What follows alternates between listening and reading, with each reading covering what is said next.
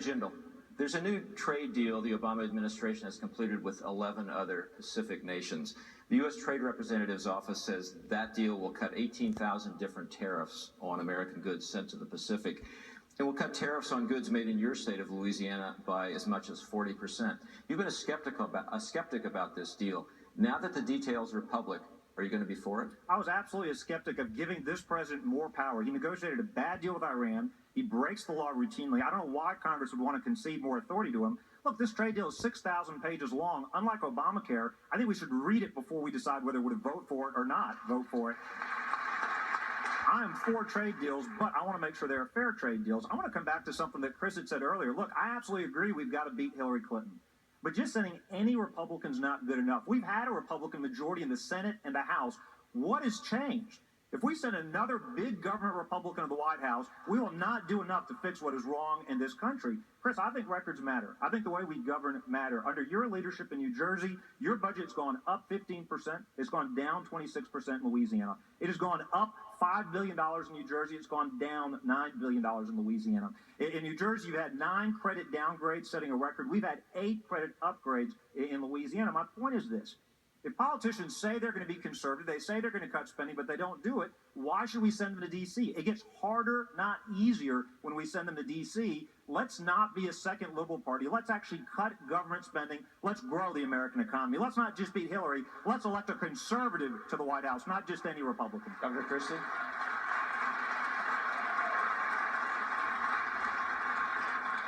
I'd say, Jerry, it's interesting. If you go to New Jersey, they'll call me lots of different things. A liberal's not one of them.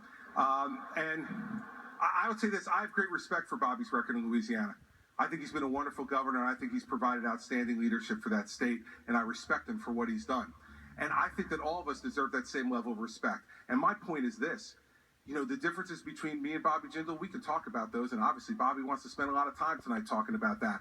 I'll tell you what I want to talk about. I want to talk about what's going to happen to this country if we have another 4 years of Barack Obama's policies. And by the way, it'll be even worse because Hillary Clinton is running so far to the left to try to catch up to her socialist opponent, Bernie Sanders, it's hard to even see her anymore. The fact is that we better be focused on it. I'll tell you what I'll bring to the table. The fact that I've won in a blue state, that I've won in a state that has 750,000 more Democrats than Republicans, that I won in a state for re-election after governing as a pro-life conservative and got 61% of the vote. That's the person you want on the stage prosecuting the case against Hillary Clinton. But wait a minute, records matter.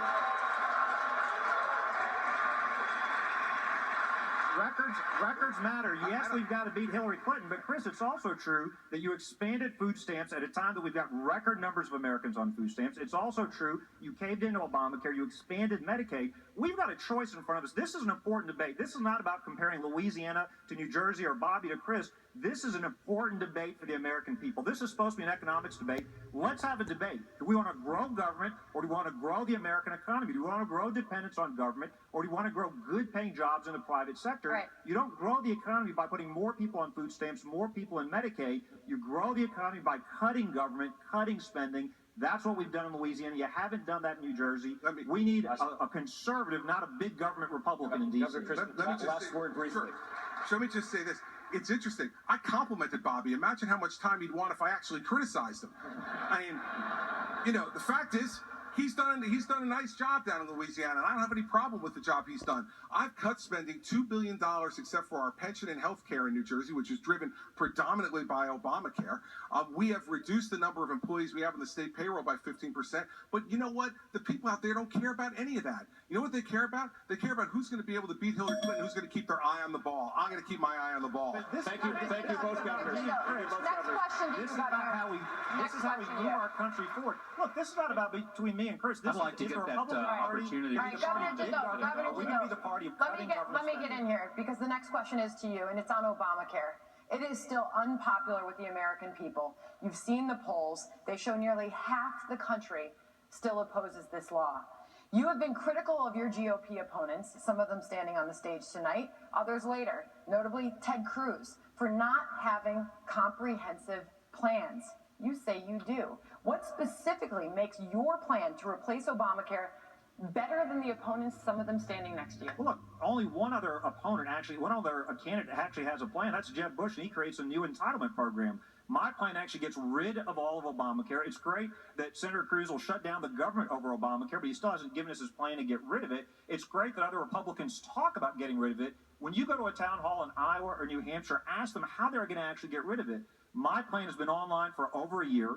Gets rid of all of Obamacare, reduces the cost. It actually puts Americans, their patients, and their doctors back in control. And it actually helps those that really need this help. But this is one of the most critical issues we face domestically. Look, right now, I'm the only candidate running that refused to expand Medicaid. I'm the only one that turned down, that did what we could to fight Obamacare. This is an important point. And look, I appreciate Chris's nice compliments to me. And Chris, look, you very well. I love Mary Pat.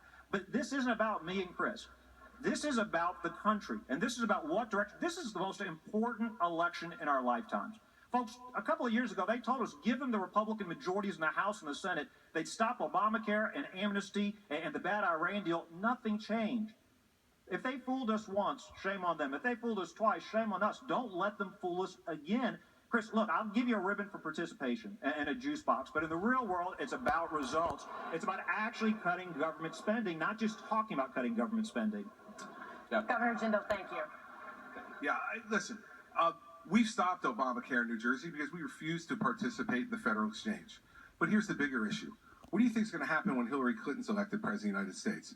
The woman who tried to impose health care on this country over 20 years ago. And she was stopped then by a strong group of Republicans and an American public that said, no, thank you. What she will do is move us towards a single-payer system. She will completely nationalize the federal health care system. That's what she wanted to do 20 years ago, and I guarantee you that's what she'll do if you give her the keys to the White House one more time.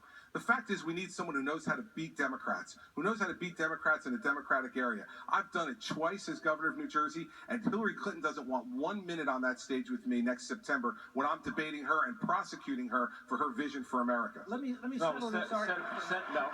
Senator Santorum, I have a question for you. Just about every